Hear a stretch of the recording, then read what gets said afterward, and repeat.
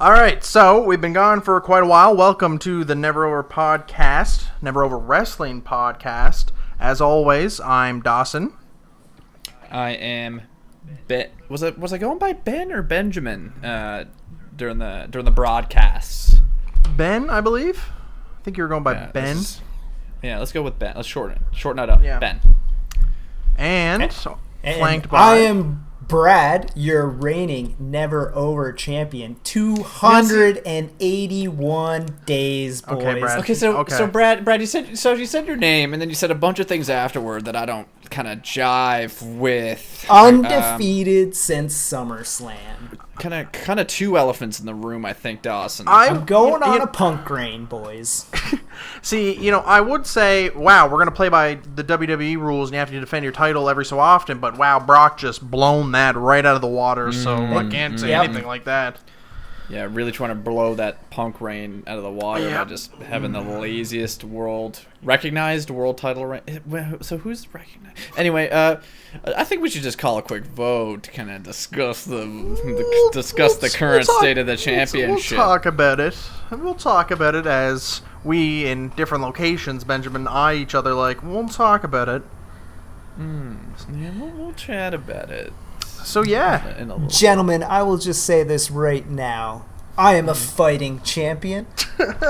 I will put my title on the line at Money in the Bank, where one of us... Do the plugs. I don't want to hear this anymore. We'll climb that ladder to take that title down. When are you going to climb a ladder for? I climb ladders every day.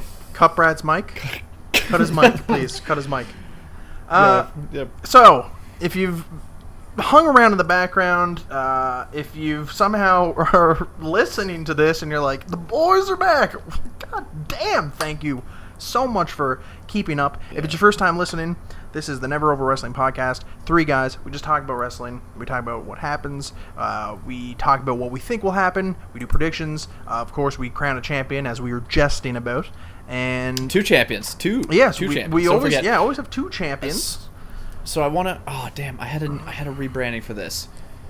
So we have... It's a NeverOver Nation champion. Yeah, NeverOver Nation.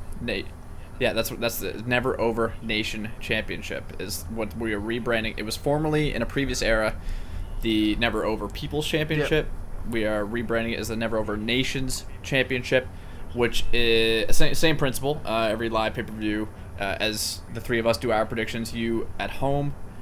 on the bus, wherever you may be, submit your predictions.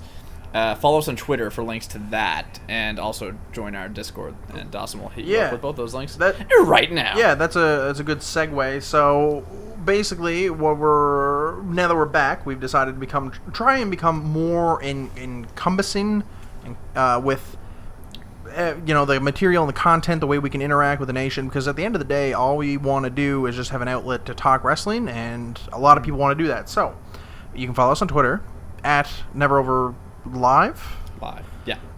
You may be listening to this podcast itself on YouTube, so that you can...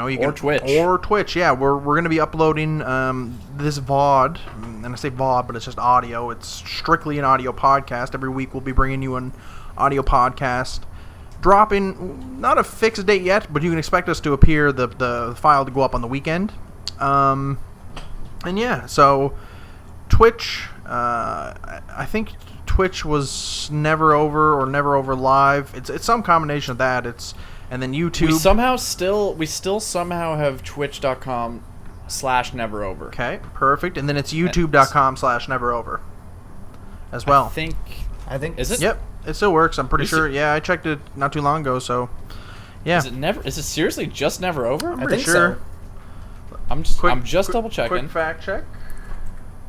NeverOver is gutted. Let me look through the followers to see if... No, I don't think so. Let's check NeverOver Live. So Brad, this is an instance where this will pretty much all be cut. NeverOver Live is what we do have for Twitch. NeverOver Live for Twitch, okay. Yeah, so we have which actually works out well. Yeah. Because we will probably not be live on YouTube anymore. Mm-hmm. So yeah, you can find us on twitch.tv/NeverOverLive. You can find us at youtube.com/NeverOver, and you can also find us on Twitter, NeverOver Live. In the description below for each, we'll have it on Twitter, YouTube, and Twitch. Will also display links to our Discord. Discord, if you're not familiar with it, it's kind of, to put it very in simple terms, it's like Skype, but for gamers. At this point, it's everybody, I think, knows about it. So you can join our Discord. We have multiple channels, kind of general discussions, feeds of, WWE, New Japan, UFC. We'll talk about anything and everything. And we also have some fantasy booking channels as well. You can just come on in, and then you can shoot the shit with other members. You can, talk to us and share ideas of what we think. We'll be using, kind of Discord when we can. When we watch SmackDown, or Raw and SmackDown, NXT or 205 Live, if we're checking out something UFC, we'll be trying to tweet some stuff from the Twitter account, or we'll be discussing things in the Discord. Currently, in the Discord, just the three of us. Created it recently. It's been a really good beta period for the Discord, because the three of us, I lean in the New Japan and the UFC Discords, and then we have two WWE channels to kind of keep, because I feel like with enough discussion, both channels will be used for two different conversations. Yeah. Essentially, why we have that. And to kind of tie into all this, for a programming note, we are stepping back a little bit, leading away from our live viewing parties. We'll be doing live viewing parties for the big four: your WrestleMania, your SummerSlam, Survivor Series, and your Backlash. Royal Rumble. Unless otherwise advertised. Yeah. So as far as from this point on, we will only be doing live viewing parties for the big four WWE pay-per-views. So but we will be active. We've created the Discord as a means of constantly staying engaged with you guys about the product, whether it be WWE or New Japan or UFC or whatever your sports entertainment fix. We've created the Discord. We're going to be live tweeting every WWE pay-per-view or New Japan, Ring of Honor goings on as well, at NeverOver Live. So we have these avenues now where we can talk to you guys, and that was one thing I think we were missing with 1.0. Yeah, the YouTube channel was good, but Discord was still in its infancy. Twitch wasn't where it is, but Twitch is actually going to be where we do our live content. Yeah.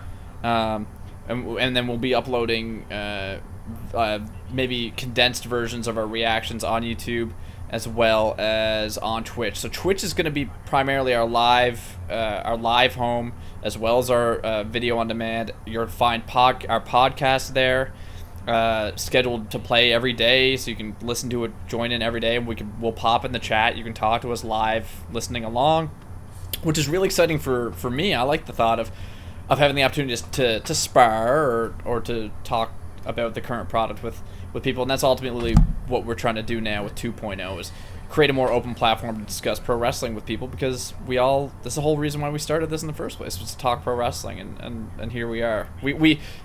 I can say, I don't want to speak for all of us, but I know I didn't like leaving 1.0 the way that we did. I always felt like there was more we could have did with NeverOver, and so I'm really excited about this new. The three of us, we planned it out, and I'm really excited about this relaunch, and I hope that you join us. I hope that you come along for the journey. I can't say join us. No, you can't say that. Join us now. Can't say join us. As soon as you said that, I was like, wow. As soon as I said it, and then we had people on the hook, and they hopped right off, and now they're on Cultaholic. Yeah, now they're looking at that cute little Jack the Jobber boy. Could not figure out why they always said join us until right this second. As soon as you name dropped, join us. It's so good. As soon as you say join us, guess what I'm thinking? And I thought of it the second I said join. And I thought of that today at work. I was like, and then I'll say join us. And then I was like, and then I will not say join us, because now I need to go to cultaholic.com. The British lads will travel across the pond and beat up all of us for something like that. Bless the boys for getting away from woke culture. Good Bless for them. They're doing so good. To quickly close on your points, Benjamin, about the restarting kind of as a 2.0, our switch away from doing live footage was one. This is a much easier means to scratch the itch I think we initially set out to scratch by starting NeverOver. We want to talk wrestling, and we want to talk wrestling with other fans. We want to discuss different things that are going on, different thoughts. Fantasy book. Everybody loves the fantasy book, and just have a community where people can talk wrestling. And I think with the 2.0 are kind of a rebrand of what we initially started out with doing just strictly video podcasts. I think you'll get more pointed content. It'll be more focused. And then having Discord and Twitter avenues for you guys to easily interact with us, that will allow it, and that will allow us to be kind of more focused while also more engaging. Where the live was kind of cool because we came from it, I'd say more of like a streaming or streamer's perspective, where it's like, oh, if we stream, then the chat, they can communicate right away, but, you know, then the conversation ends. Yeah, exactly. There's that, you got to be there at that 1 hour to catch us, and if you don't, you know, you got to watch the video back or post in the comments. This way, we're going to eliminate all that. You join our Discord, you follow us on Twitter, and you can still make comments on YouTube, or you can say things in Twitch. That's, you know, that's all fine. We're not going to turn you away. Just this way, we're more pointed. And then when you want to have conversations or you want to talk wrestling with people, these avenues are always available. And, you know, wrestling fans, you want to just talk to the other wrestling fans. You want to know what's going on and, you know, discuss thoughts and theories. So that's kind of that's the heart and soul of the rebranding, the new NeverOver 2.0. Yeah, the one thing kind of that I'm excited about too is that the sense of, I'm really excited about the Discord. Yes. And different ideas, different conversations. Yeah. The Discord itself with everyone talking about things, and we have voice channels for viewing parties if people want to watch either something on demand or watch something live. We have voice channels for both. And who's to say, like, we don't do an impromptu, just a voice watch along in one of those without the screen share. But no, like, the Discord is something I'm really excited about myself, so make sure that you check out the link. Is hard to say because it's a bunch of jumbled letters right now. So until we get enough members, that's when we can get that vanity URL. So make sure that you click that link down at the bottom. Brad, how you feeling? Brad, let's get a pulse on Brad. Brad, you there? Yeah, we may not be champ? the biggest wrestling community out there, but we will be the most interactive one. Yeah, that's a great call out, Brad. That's a great way to kind of end our huge, long, overstated plug. Our re-intro. It always happens, but that's fine. Now let's let's get down to business. Let's never say never over. Never is just something that is nothing. It's something that is nothing. It just popped into my head. Let's discuss the product, boys. Yeah. So it's been a while. We have not. A lot has changed. A lot hasn't. Goldberg is the Universal Champion.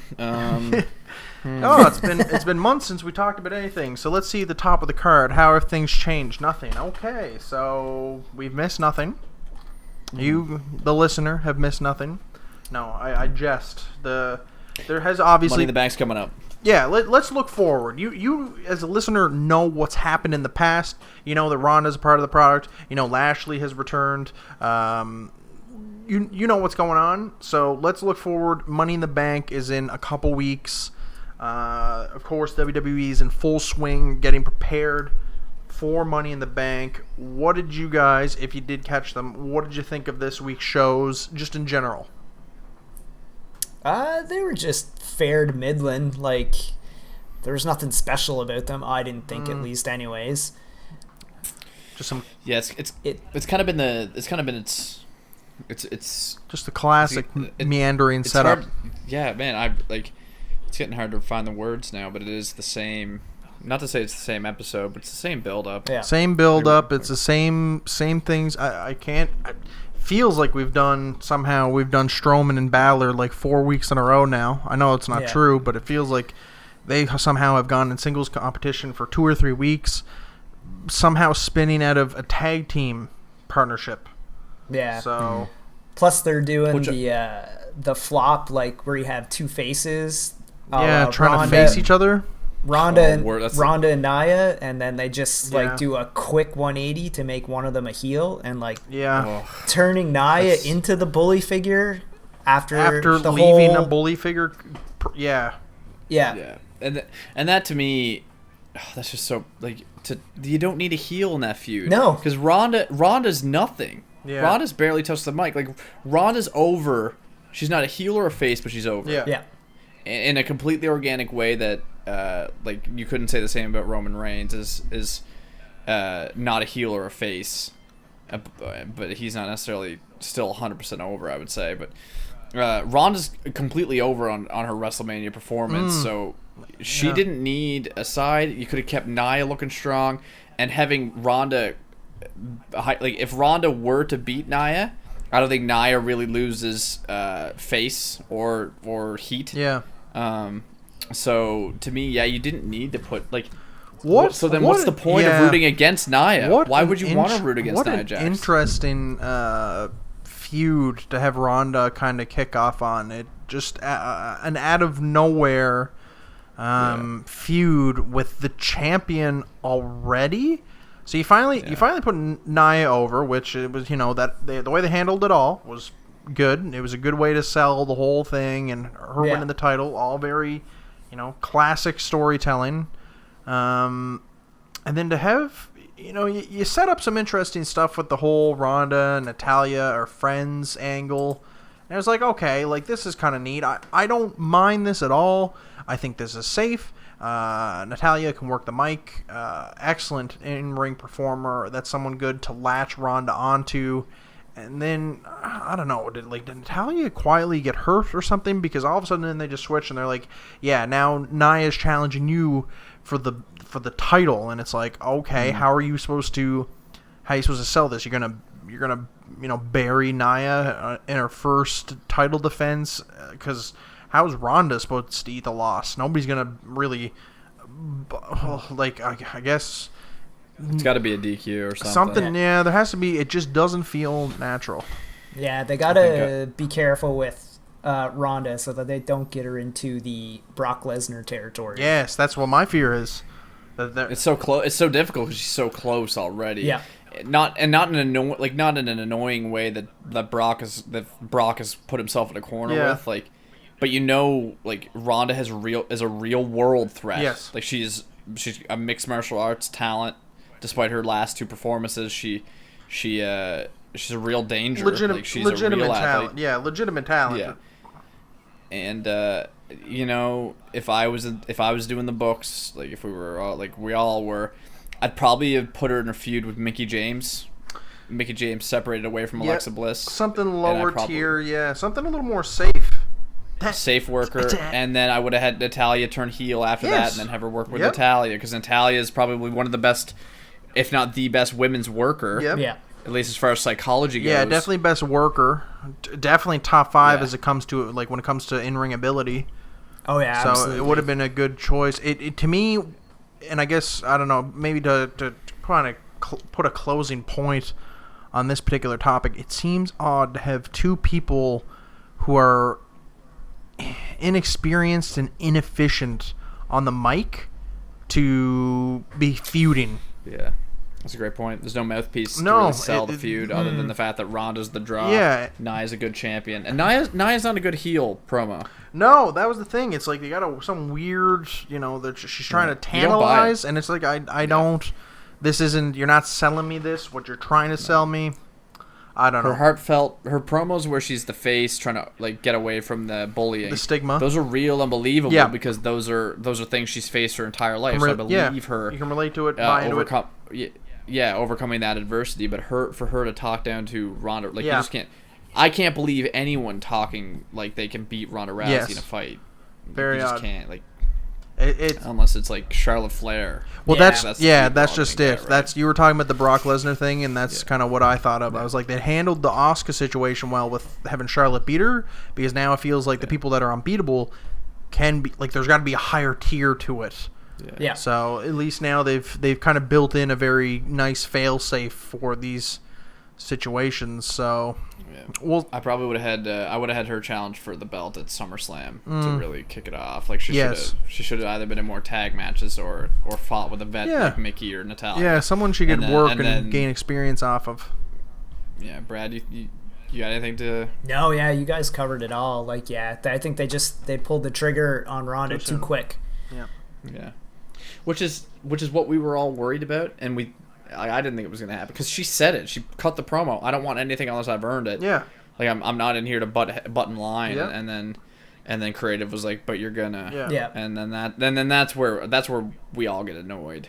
as filthy, vile, dirty, disgusting. Smarks is where like, well, you just changed the thing you said a month ago. Oh yeah. To the, and so it's annoying, but it's I don't know how that match goes at Money in the Bank. Yeah. And I guess we'll have to wait. And yeah, we'll discuss it more over the coming weeks as it develops because I think they still got 2 Raws, so we'll see how that plays out. You know what's not annoying though?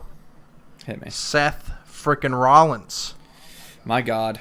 If anyone's made an early case for Superstar of the Year, it's been Seth. Yeah. Freaking Rollins. It's the weirdest, like, diagonal push upwards I've seen. And I say that because it's like when a guy gets a push, he goes straight up. But this feels like it's kind of sideways where they're like, yeah, we're pushing you up the card, man.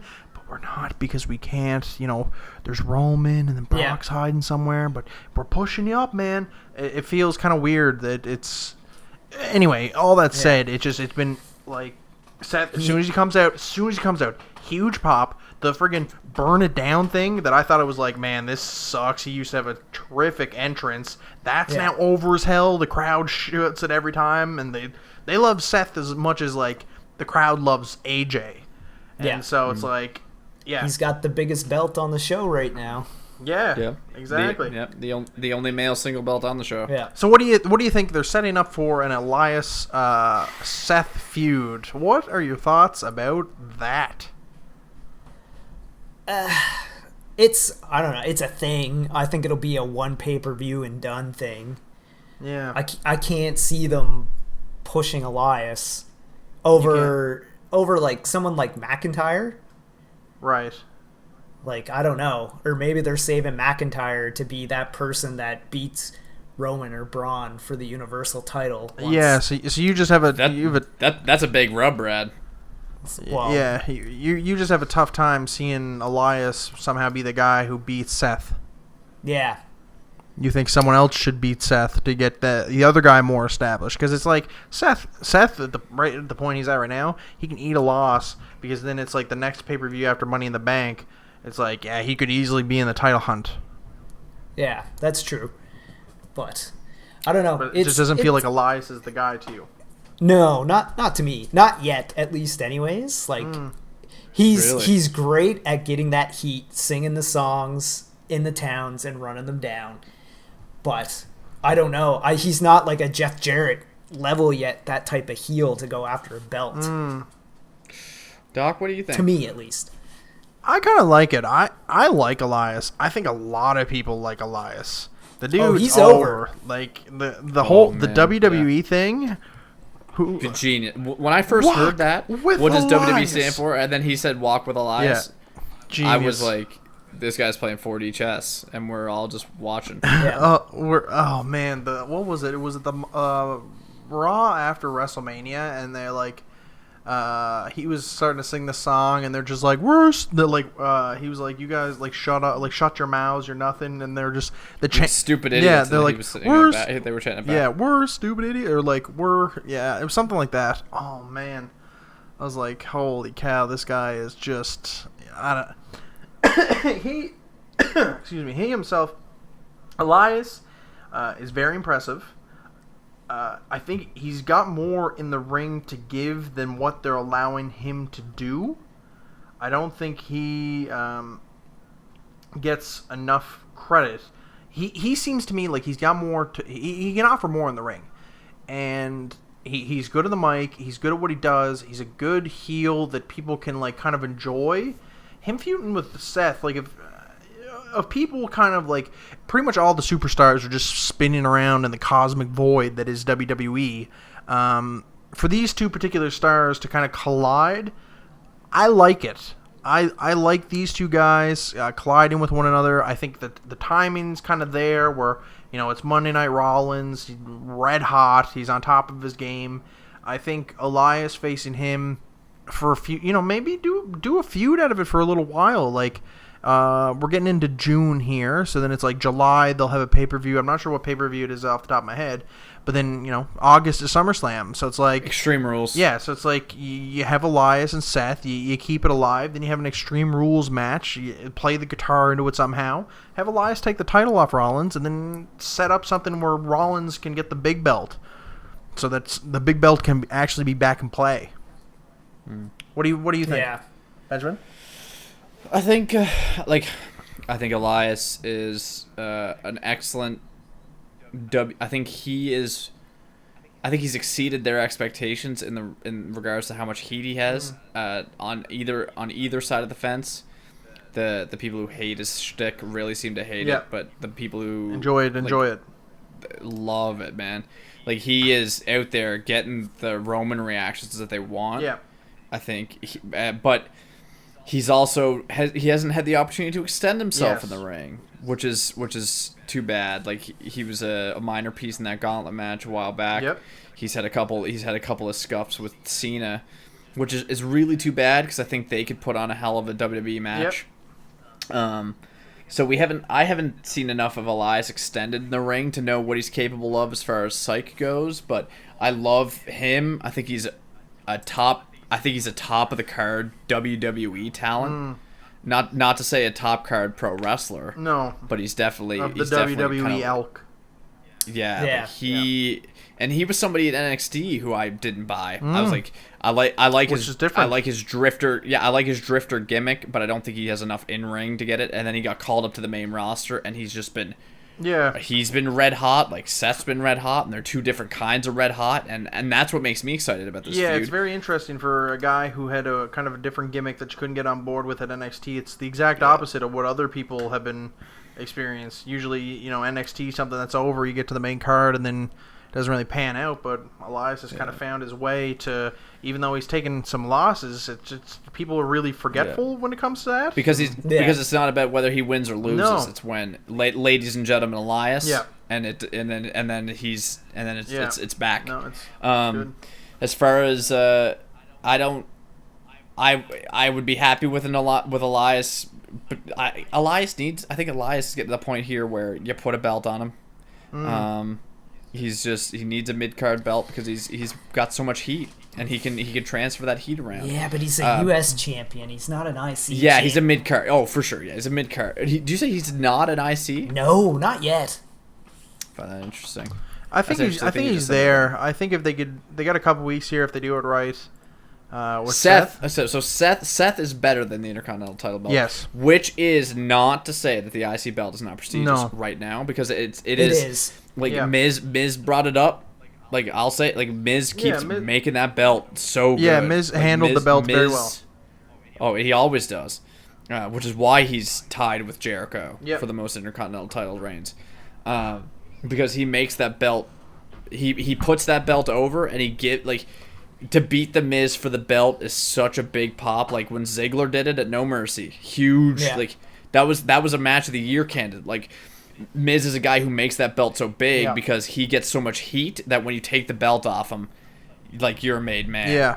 Seth is better than the belt, but Seth is also a competitor that if a heel were to take it off Seth, same kind of deal. That IC belt, oh shit, Seth Rollins lost the Intercontinental title? You make another guy. Like, who beat Seth Rollins, right? Like, it's not about, they beat the Miz, it's who beat Seth Rollins. And I think Elias has the opportunity. I would not be shocked if Elias did it, but I also wouldn't be disappointed to see Seth hold gold till he retires. I don't care what belt it is. Yeah. The guy is the hottest WWE superstar right now. He above Daniel Bryan, above AJ Styles, above Roman Reigns. He's the guy. He's lights out. The crowd absolutely loves him. It's one of those things where it's like, I wonder if the WWE will let him fly as far as he can, or if they'll, pluck his wings and kind of be like, nope, you can't go higher than we'll allow you. We don't want you to be this high. In Gorilla that Vince is staring at that monitor and Seth is staring at Vince. Yeah. That's just the way, that's the way it is. Yeah. So we'll see how that, I like the whole Elias Rollins thing, how it's setting up, so we'll see how it transpires over the next, couple weeks leading into Money in the Bank. So quickly here, because I think there's quite a bit that happened on Raw, but it's largely kind of forgettable because they're in that weird holding pattern until the pay-per-view happens. It's like you have now for the second or third week in a row, you've had Balor and Strowman face each other to a 50-50 draw. Basically, it's one wins, then the other guy wins, and the circumstances are always weird. KO kind of interfered, and you're like, okay, we're getting some middling, like, nothing storytelling until we get to Money in the Bank, and then you guys can put on your match. Yeah, they got 2 fan favorites where they don't want to bury, not necessarily bury, but you don't want to hurt the stock. Exactly, yeah. So, which makes me think that they might have plans for Finn at Money in the Bank. It's tough to say. Honestly, since they're going 50-50 with Braun. Yeah, I don't know. But, like, that whole situation, to me, it's, I don't want to really talk about it because I don't think there's much to talk about. Not yet, anyway. Maybe that situation will develop a little bit more over the next coming weeks, but for right now, it's stagnant. Something else that is stagnant is the Sammy Lashley stuff. Really cool having Lashley back. Don't get me wrong. I think them bringing back... I wanted them to bring back Bobby Lashley for years now. When he had his first run with the company, I was always ticked that they never put the big belt. I'm not counting the ECW title because that doesn't count. The big belt on Lashley. The belt. So when he came back, I was like, perfect opponent for Brock. What do they do? Sammy has landed in his lap. It's like, okay, Sammy's not bad. Sammy's kind of weird now. Sami Zayn has become zany. So I don't. That's not to say I don't like Sammy. I like Sammy a lot more than Sammy from last year. He's got more personality. I like heel Sammy. Yeah, quite a bit. He's like a shit-eating heel, which is a lot more entertaining. So, but that again, the Sammy Lashley stuff. I don't know if you guys want to chime in on that. I don't have much to say about it. It's just kind of the thing that's happening. Both guys, I think a different booking has ruined this because these are 2 guys. You think about these are, to me, the story is these are 2 guys who are underappreciated, former top show champ. They both held the top belt for their respective shows in their WWE runs. Sami Zayn held the NXT World or NXT title. Bobby Lashley is a former ECW champion, and he carried that belt during the rebrand of ECW for the longest time. I think that's the story you tell. I think it's the underappreciated. Yeah. And instead, they do that drag angle, which is so tone deaf. It's all just so colorblind, and so we're women's revolution, and in the same breath, they're fucking doing that angle. Yeah. Give me you have no idea where we are. Yeah. It's 2018. Not really. Get it. Not really a funny joke. Get it. Yeah. Drag Race kills it, and you're out there fucking with your conservative angle about it. Get offish. Yeah, it doesn't. And so it was embarrassing to me, and totally just splits why pro wrestling fans are quote unquote weird, or why pro wrestler is not current mainstream appeal. The story they're trying to tell, I guess, is kind of stale. The story they're trying to tell is kind of stale, and because of that, it's a situation where I look at it and I'm like, I don't understand why these 2 are going at it.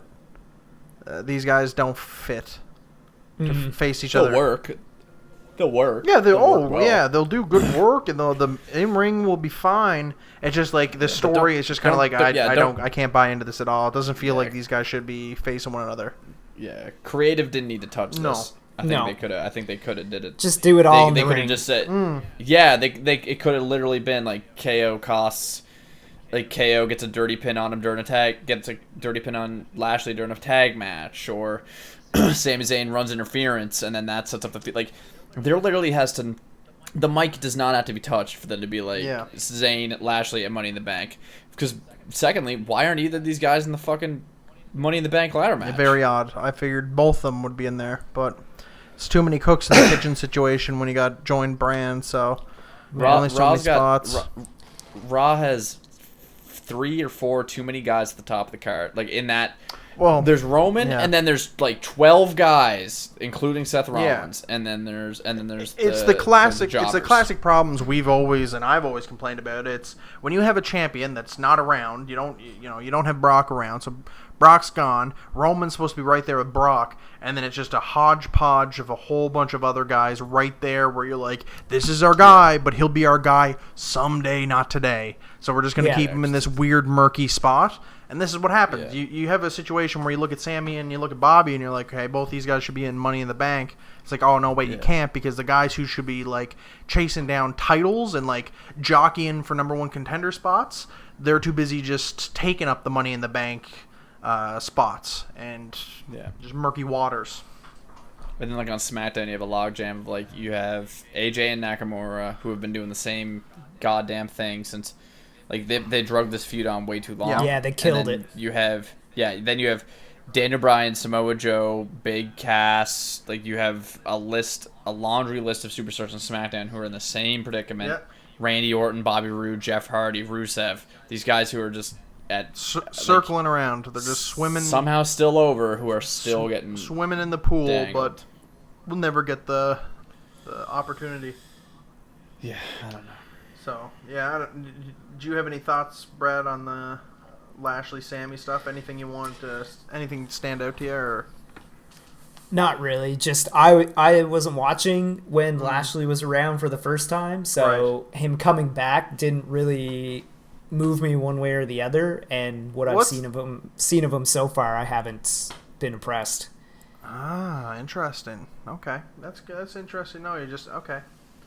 Yeah, we'll see how that goes in. We'll have to keep tabs on this. I'm curious because, like, when Lashley was around first time and then come back, I was just like, oh, baby. Like, this is Dominator time. Like, it's time to get it. Yeah. And that's it. So, okay. I'm going to bring this up again in following episodes because I'm curious as to, as someone who does not appreciate or know, doesn't know who Lashley is or have seen his work, I'm curious to see how he can kind of change your opinion, so to speak. It's the same issue I have with Randy. I wasn't around when he first started. Yeah. Right. So he just looks like lazy Randy to me right now. Yeah, that's where he's kind of at, I think, in his career. I think Randy probably largely is kind of checked out because, he does his job, he shows up and does his job, but you can tell when Randy gives a shit and you can tell when he doesn't, and largely... when he gives a shit, he writes himself into a championship role. Yeah, I guess so, yeah. He hasn't checked it, like, after WrestleMania 30, I think he was like, nah, I don't. The fans are just going to screw up anything at the top of the card. Yeah. So speaking, trying to close out the kind of Raw here, Sasha beat Ruby Riott for the qualifier. I don't think there's a whole lot to talk about that because that was about as surprising as... It's just dumb. Yeah, it's just dumb. It's about as surprising as Roman continually getting opportunities for the big belt, so no surprises there. Yeah. So now we have this new formation of McIntyre and Ziggler. This is not what I thought they would do with Drew McIntyre. It's not what I thought they'd do with Dolph Ziggler. Yet I like their shtick. Brad, go ahead. Yeah, it's been pretty good so far. It kind of reeks of Michaels and Diesel a little bit, though. Was that a thing? Oh yeah. Yeah. Like they're the Click brother. Yeah. Like Shawn Michaels and Kevin Nash when he was Diesel when he first showed up. Right. Oh, like okay. The bodyguard for the champion and stuff, even though Dolph's not a champion, but could be a champion. Right. It's weird. Do you think they'd have more plans for Drew McIntyre because he's a quote-unquote big boy? Yeah. One of those big sweaty men that Vince likes. Yeah. Yeah, no. I love it. I love it's exactly what Ziggler needs. It's a great way to get Drew McIntyre reintroduced to main roster for those who don't watch NXT. I'd love to know NXT viewership numbers. I'd love to know it. But yeah, I love it for Drew. Yeah. And I think putting him in a tag team, like, because we haven't seen this yet. We haven't seen a singles NXT star, let alone an NXT champion, come up to the main roster into a tag team type dynamic right out of the gate. And this, to me, doesn't overcook his singles. Like, he's obviously going to be a dominator. Like, he's obviously going to come in here and log jam up what is already very like Dawson said, a hodgepodge situation.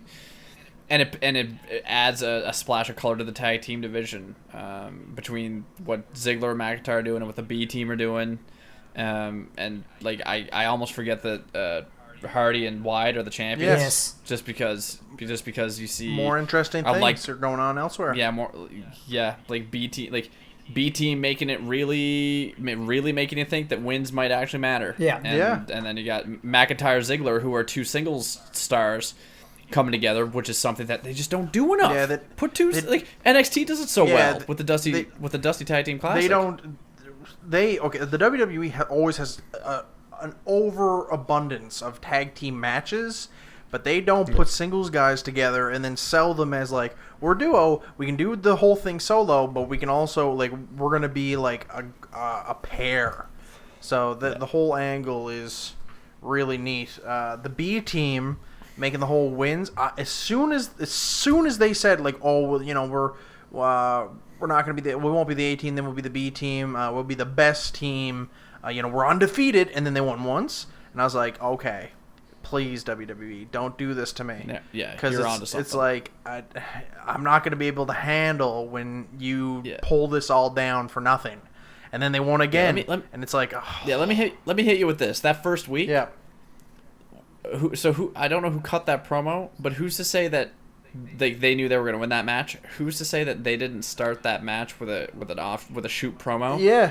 That with a heater promo, and they said we're undefeated. Yeah, and they knew they were going to win that match, and then they forced Creative's hand. Yeah, I don't know. Yeah. Like it was Bo who's been doing a lot of the talking, which is fine. Bo's a good talker. He is a good talker. He can talk just as well as Bray, and I think Bo can go in a different direction, and I think Bo can end up higher than Bray ever hit. Yeah. And this is just kind of this is what these two guys in particular have needed. Like, these guys are generational stars. Like, oh my God, Mr. Perfect Son and IRS and like the wrestling blood. Yes, exactly. Is enough to sink a ship. So it's finally I like the whole thing, but as soon as they were undefeated and then they won once, and I was like, oh, don't do it to me. And then they won twice, and I was like, okay. And then this past week they're like, listen, like, we're undefeated, like, you got to give us a title shot. And then it's like, no, you got to get over the rest of the like locker room. They're like, well, we'll throw a barbecue and we'll get their approval. And it's like, then at the end of it, even though they got kind of dunked on, they were left in the ring standing tall. And it's like, okay, you're doing it. If you beat the Deleter of Worlds, at the B team all of a sudden goes on the like anti-Curtis Hawkins run and is, you know, undefeated for a spell, which like they seem beatable, but if they can keep winning, and I think the idea of having them refine, like, you take that like trashy shirt that's the B on it and keep having them win and keep becoming more refined, change their outfits, change the Tron, get everything more polished, change the shirts, get the shirts more polished. As they go further and further, then all of a sudden you have a group that it's like, oh, like the B team is legit. Like, these guys have grown. We've watched them grow. It's classic storytelling where you can see the character growth and the arc. These guys are well oiled now. They're efficient like wrestlers, and yeah, they have something starting here. And like, it's WWE, so I kind of expect them to squander something that could be pretty good. But the starting of it, man, oh, jeepers. I love it. I love the B team.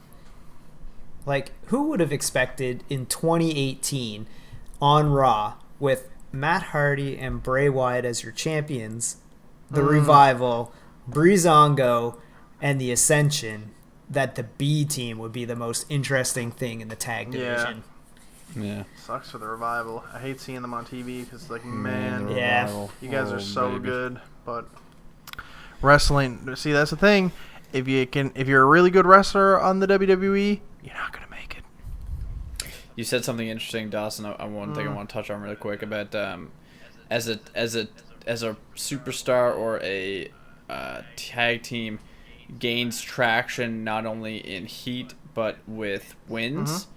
The level of production around that tag team needs to increase. Yes. Whether it be a Titantron change, outfit enhancement, there needs to be that investment back to show, whoa, this superstar is really starting to take it to the next level. Yeah. Or this pairing is really starting to take it to the next level. So here's something to galvanize that and see their evolution more. If I see the same superstar come out just 3 back-to-back weeks just in a different colored trunk, I can't, as a casual viewer, understand whether or not they are important. Yeah. And also, I think it helps feed into that building block. Like, oh wow, like they've taken it to another level. Like, if you can see that they've taken it to another level again, that to me is, it's layered. It's classic storytelling, and it's a classic like developmental situation. The storytelling is an entertainment perspective, but the sports part of sports entertainment that is largely forgotten completely within the WWE. Having them refine themselves and you can display it in their gear and their attire.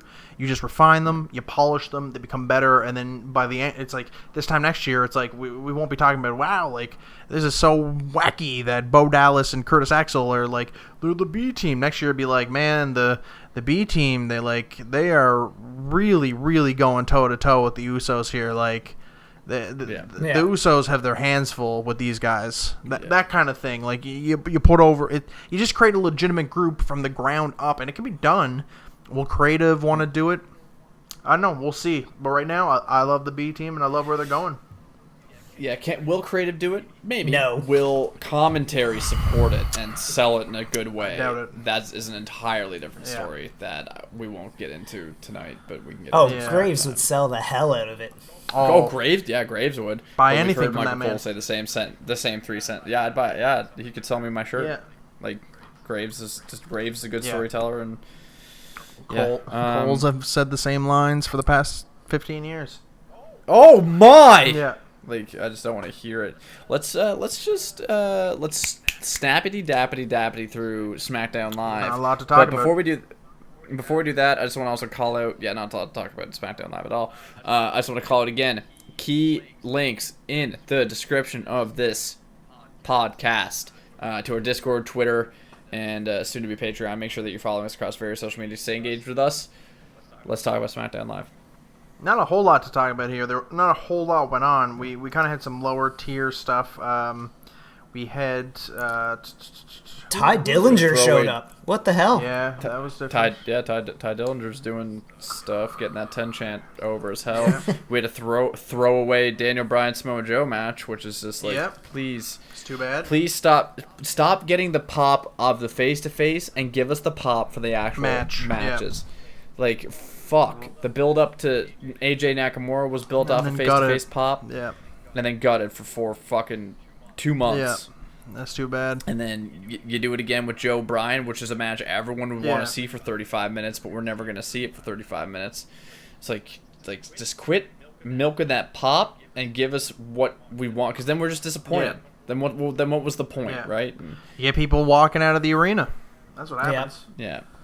Tell you what, I do like what they're doing. I do like what they're doing with Cass. Cass worked on it. Yeah, Cass worked on it when he was hurt. Yeah.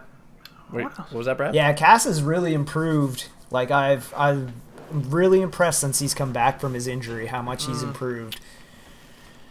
Yeah, he found out how to draw heat, and he found out how to really. He got that confidence behind his mic. Yeah. No, it's not been too bad. I liked Samoa winning that match. I was pleasantly surprised. I thought there is going to be another like Sasha. Did he win it clean? Yeah, pretty much. He choked out Daniel Bryan. Yeah. He threw him in the no submission. Yeah, Coquina clutch. It wasn't a submission, but he passed out. Yeah, passed out. It was the perfect ending because Dan just passed out, so you can buy into that. It was like, okay, he didn't tap out, he didn't quit, so yeah, having Samoa win that match like clean, I was pleased because I thought they were just gonna have the Sasha-esque cop out where they're just like, yeah, it's Daniel Bryan, but you put Samoa Joe in it, so I guess we'll get Cass and Daniel Bryan again in Money in the Bank, but Joe winning. Joe's just too good not to be closer to the fictional top that we all hope for. Yeah. I'll save that till Money in the Bank. Yeah. Yeah, save it. Yeah, save it. I don't want to hear it. Yeah, other than that, I don't like what else happened on SmackDown. They had a dance off. What's going on? Dance Naomi and I don't want to talk about it. Lana. We're not talking about it. That is a step backwards. Lana's number one. Yeah. It was a thing. Rusev should be U.S. champion. Yes. So let's just get that out of the way. There's really nothing else that kind of went down that I can. Is it Asuka Carmella at Money in the Bank? What's going on? Yeah, I think so, but it's largely a nothing feud either. And then there was this promo with Becky and Charlotte. It was pretty much Charlotte saying, "Oh, I'm gonna be going to WrestleMania as champion or to face the champion," and Becky was like, "Oh, but just look to your left because Becky was off to the left. Just look to your left. Yeah. I keep forgetting that Becky Lynch exists. Yeah. Is she in the Money in the Bank for the female? Yeah, it must be. I don't know. Becky Lynch? Yeah. Oh, yeah. Yeah, she definitely... Well, she said to Charlotte, she's like, I'm going to be the one winning, so she has to be there. Okay. Street Fire. Who's facing the Bludgeon Brothers? Why can't I remember this? Carl Anderson and Luke Gallows. Oh, the Good Brothers. Yes. The Good Brothers are, yes. The brothers are getting the belts. Oh, man, they've been... Spoilers. Oh, man, okay, so that was what I was trying... I was like, man, someone was cutting a good promo, and then they just...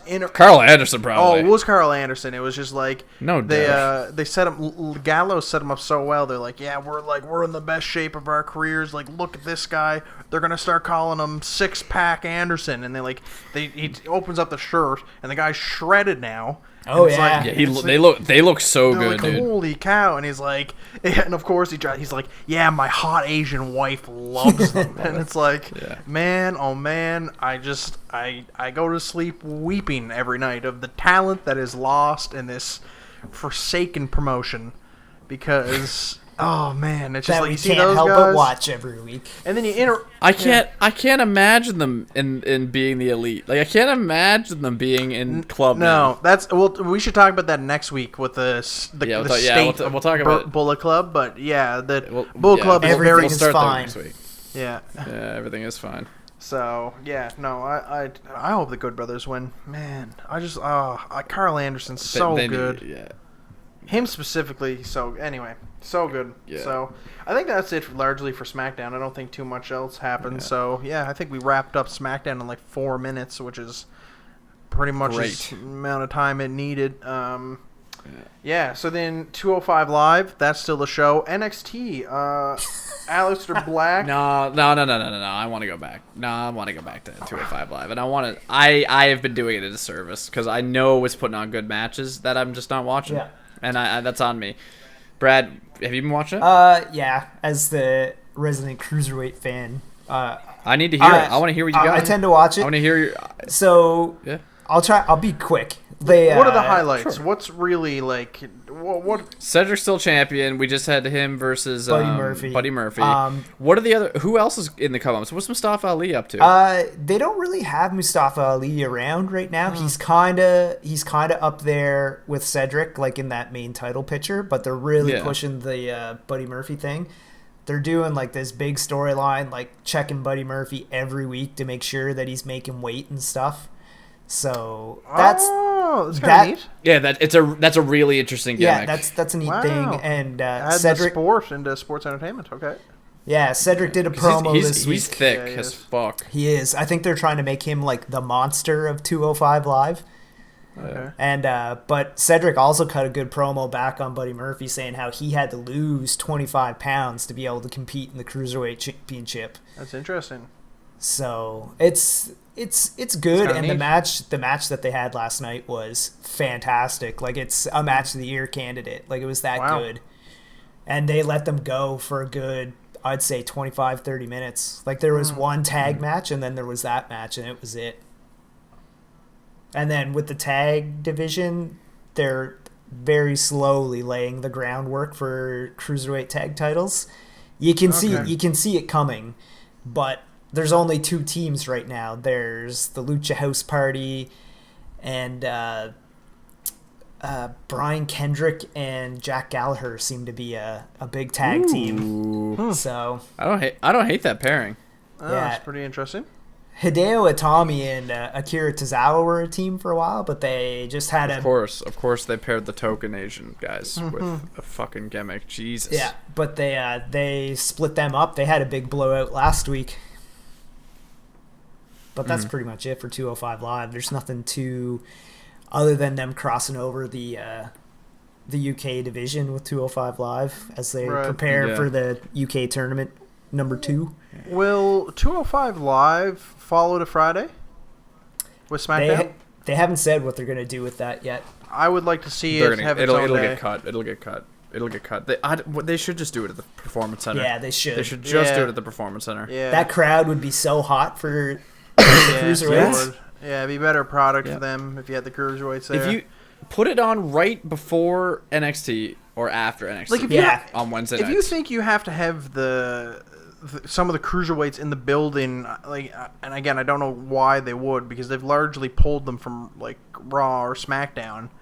It's like, give them their own platform. But if you have superstars that you think, like, you're kind of like, we want to have around because we may want to put them on the big show, just put those guys on the big show. Like, it's foolish.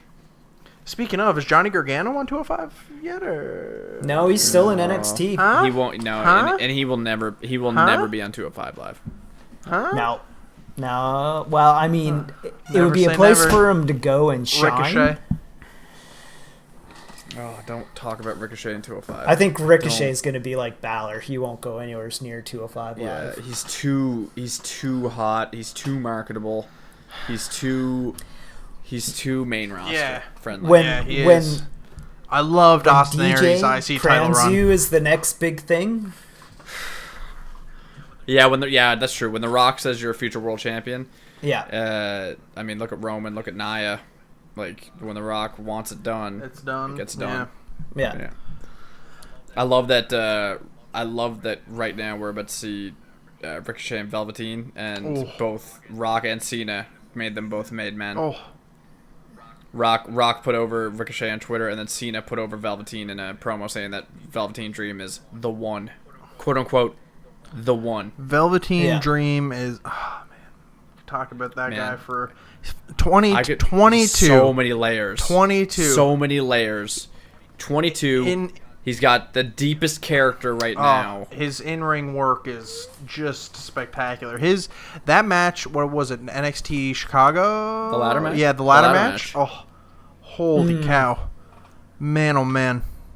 And in 8 years... That elbow drop, man. Off the in ladder. 10 years, we're going to be like, man, Velveteen Dream, he really became the Okada for WWE. Yeah. I hope he has Jericho on speed dial, because I think the only thing that's going to be Velveteen Dream's problem is if he can't like reinvent himself like Jericho has a couple of times. Yeah.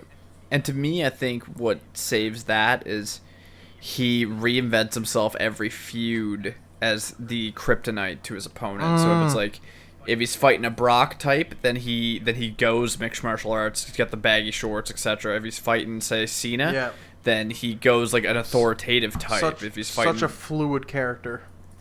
Yeah, and that plays so well into what Dream is. Yeah. Like in Velveteen Dream, like he always keeps it fresh, keeps his gimmick liquid, keeps it fluid, and plays it based on the feud he's in. If it's against Elias, then maybe he is more leans into more poppy. Yeah. He just carries. He's poppy. Carries around a pair of scissors. Yeah. Yeah, so it's like he always plays based on the feud, and that's what I like. His appearance changes based on the feud, and that I think is what will save him in the WWE. Yeah. No, we could talk about him for days. We could talk about Ricochet casually. Undisputed Era is the hottest stable in WWE right now. Helps when you're the only stable, but yes, no, I do agree. Yeah. Yeah, like all four of them. Yeah, so hot. Kyle O'Reilly, I think, is the guy in that group that has the highest like ceiling out of anybody there. I say, boys, he's Canadian, too. So I mean, like, bless him. Yeah. So yeah. You'll see the big strap on Adam Cole someday. Oh my god, you're going to see every strap at the same time on Adam Cole. Yeah, he's going to hold all four singles belts. They got bent into shape of Braun not having a tag team partner. They're not going to even have a tag team partner for Cole. He's just going to have both belts. No one's going to say anything. Belts. He'll pin both Uso brothers clean to hold the tag titles. Because, man, if I have not seen a made man more than Adam Cole. Yeah. I've never seen a made man more. As long as I've been watching wrestling, I do not recall that a time where a guy showed up and I was just everything and everyone is pointing towards you're gonna be the guy. I've never felt this air where it's just like, this is gonna be the guy. And when AJ came over, I guess you could say like AJ maybe been the closest comparable, but when he came over I was kinda like, I don't know. You're not. I don't know. No, it was too good. It was too good for AJ. You were like, AJ, you're here. You deserve the belt, but you're not going to be the guy. Yeah, it's like I can't see you being the guy because it's like I can't see Vince getting on board with the biggest indie star of all time, and they have they've gotten on board, and it's like AJ is exactly where he should be, and he should be until he decides to retire. He should retire with the belt. Whatever, that's fine, but it's just like Cole. It's just like everybody's just kind of like, yeah, this guy's on meteoric trajectory, and when he gets there, we'll all be very pleased about it, and we'll just ride it out and have fun. Yeah, I think they're riding on the reincarnation of Shawn Michaels. Yeah, I hear 100%. that a lot. Oh, and good. Go for it, because he has enough of his own flavor. To make that not just a copy paste, to make it Adam Cole, because Shawn Michaels didn't have a baby. No, Shawn Michaels he never didn't had have that thing. And Adam Cole has it in spades. He's got that. Oh man, he doesn't have to do anything. He's such anymore. a good he's such a good asshole. Yeah. The ladies want to be with him, and the guys want to be him, and that is a made man in Vince's eyes. Yeah. And he can work, and that's a made man in Hunter's eyes. Yeah. And he's the ultimate threat. And I'm so we are living not quite the undisputed era, but we're living in the Adam Cole era. Yeah. It's the Ace era. Oh, we were saying it. The guy showed up. When did he come on to NXT? It's 6 months ago. Was it right around Christmas time? Royal Rumble NXT takeover or the Survivor Series one? He super kicked Drew McIntyre. Yeah. Because he was in the Royal Rumble. Survivor Series. It was the Survivor Series one. He showed up. So it's he shows up. Yeah, NXT Toronto. Takeover Toronto. He shows up there, and then it was just by the time Royal Rumble was rolling around, all of us were have him in the Rumble, have him win the goddamn Rumble. That's what we were talking about. That and he was only around for a few months, and everybody was just put him in there, and then if he wins, that'd be kind of cool. And then when the second time came around with WrestleMania, we were all saying it's just he'll be the mystery partner for Braun. That was what some people were tossing around, and then it was have him win the Andre the Giant Battle Royal. It was just give him everything, and then made a title for the guy. And it's just that's fine. Make 1,000 titles for him. It's great. We could spend a whole episode talking about how phenomenal I'm just kidding. Adam Cole is. So, yeah, Undisputed Era is great. Roderick Strong, I love that move. I love that whole thing. Oh man, such a hot move. Oh, brilliant. I didn't see it coming. No, and that's what was so genius about it.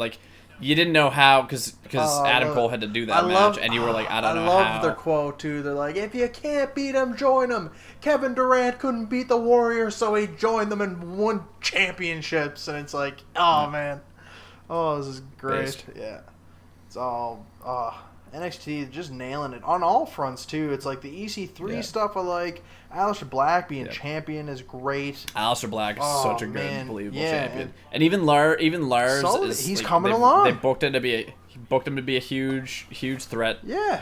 And and plus he needed that ladder match. Well, they all shined so much the in North that American ladder match. Championship inaugural match, the match they had. Yeah, it just. The stock for everybody. Everyone had their great moment, and EC3 impressed the hell out of me with the bumps he took in that match. Mad respect. I didn't know how he was gonna do in the dub, and he spades. He brought it in spades. Yeah. Yeah. Go ahead. I think Gargano's gonna be his first big feud. That'd be a good one. Based off of this week's NXT. Yeah. Yeah, I hope they keep Gargano in NXT until the Rumble or until WrestleMania. Bring him in a cool way. Keep him simmering down there as long as possible, and don't overdo it like KO and Sammy with him and Tommaso. Yeah, you know what you somehow one on SmackDown, one on Raw, and you just plug Ricochet and Gargano right at the top of 205 Live, and you just let them carry it off, man. What else is there to talk about? That's pretty. There's not a whole lot else. Nikki Cross had a weird ending with Shayna Baszler. Okay, Baszler. Yeah.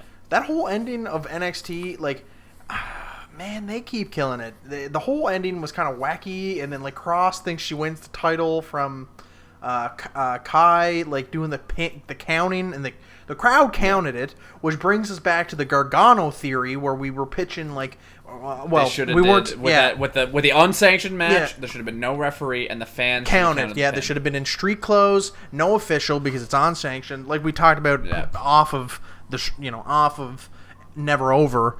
The unsanctioned match that Gargano and Ciampa had should have been no official, street clothes. The crowd should have counted, and they would have. Last night, perfect example. Kai gets down, starts counting. The crowd chants 1, 2, 3, and then it was just like, and then Cross. Then she thinks she wins the title, and it's like, wow, this whole angle is fascinating, and I love it.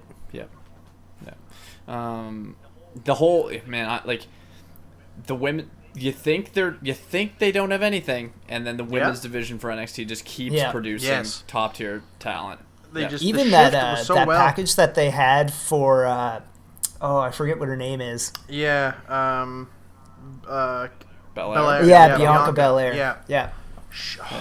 She's a beast. Gonna be a star, man. She's the female Velveteen. She is the female. They both, the two of them, strap the rockets on them and let them fly because they both can work mics. She's got superstar written all over her. I forget who's. I think JR said it. He said that she's got a great thing right now with the hair because no matter what, if she needs heat, she hits them with the always hair. has a crotch. It's perfect. She can play things. Or was that Pacitti? Did Pacitti say that? Yeah, I think it may have been Pacitti who said that. I can't really recall. Yeah, said that. And he's right. Like she needs to develop her psychology a little bit more, work on that. She's in the best place in the business, arguably, to do that. Besides a New Japan dojo, but she has all the tools, pieces. Yeah, she's gonna be a huge star. Yeah, I like what they're doing with Dakota Kai. Yeah. All of them. And I like that it's exactly what you said. You keep looking, and you're like, man, they've really drained the pool here. Like, this is... Where are they going to bring... Paige, Charlotte, and Natalya are gone. Oh, no. And then next thing you know, you had Bayley, Becky Lynch, and Sasha. And then they went, oh, no. And then you had Ember Moon, Asuka, Shayna Baszler, and then two of them are gone. But then you have Dakota Kai, Bianca Belair, Nikki Cross. It's just... Kairi Sane. Kairi Sane. Oh my! And they just signed Io Shirai. Yes. It was a huge signing. Man. And they still have Candice LeRae on the back burner as well. They have the other two horsewomen. They're gonna have to create another friggin' main roster show for the talent. Like NXT's pumping out talent quicker than money. See, this is why Raw and SmackDown have to get their act together. Is that NXT is pumping out legitimate talent. Now, like a great factory, you gotta work with the talent as it comes in better, and that's what they gotta do. So they should just make NXT like a third brand. Like it's getting there, I think. Because right now I kind of feel like NXT's like not canon, but canon at the same time. I know what you're saying. Yeah, it's a different time. Right? Yes. Yeah. I think they have enough. I think they can film enough content, given the fact that it's in Florida, to do 2 hours a week. If not a Tuesday and Friday show. Yeah. Or a Tuesday and Thursday, or a Tuesday and Saturday, and 1 hour, and have it twice a week, and see how that goes. I'd be all right with that. The more NXT, the better, in my opinion. They're doing it right. I'd rather watch that than main roster stuff. I think that kind of really covers a lot of what happened in the shows, and one thing I will say though is what I expect next week, leading into, we won't talk about it, but leading into Dominion is, despite the fact that Money in the Bank's coming up, there's a lot of matches on that. I would not be surprised to see a mid-card title change hands next Monday or Tuesday, trying to take some buzz off Dominion. Ooh. despite in a foreshadowing sense, next week's podcast we'll probably deep dive Dominion a little bit, look at their card because the card has a lot of recognizable names on it, especially even if you're a casual wrestling fan, you're gonna recognize the names. So we'll probably get in. We're gonna deep dive Dominion next week, and then potentially we'll deep dive Money in the Bank because they've pretty much laid all the bricks now for the pay-per-view. So yeah. And I think your statement on them changing titles somehow, and it'll probably be Jeff. I can see Jeff Hardy. Yeah, I imagine it's going to be a U.S. title. Yeah, he may be the guy if they're going to do such a thing.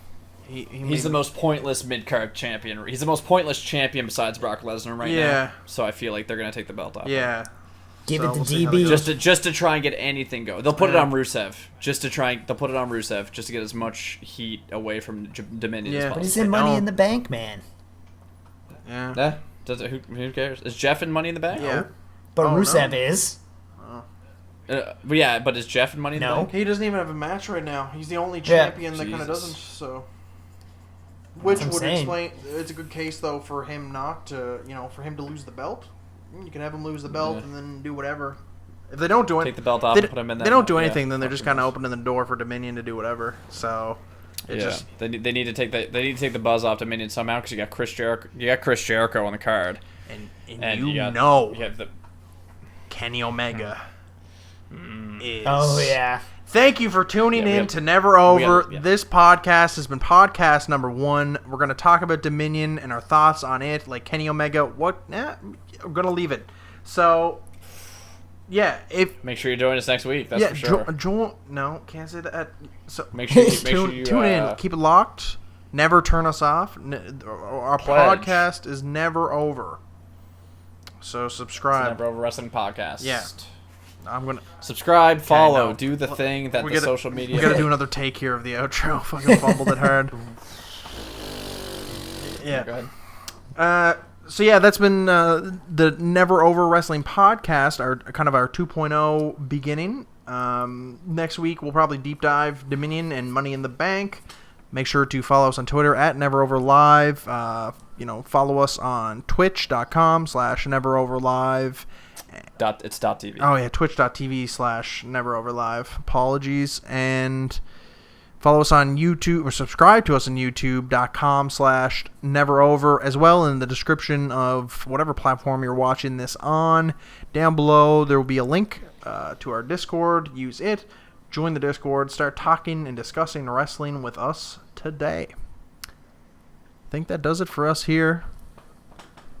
This has been the Never Over Podcast. Signing off.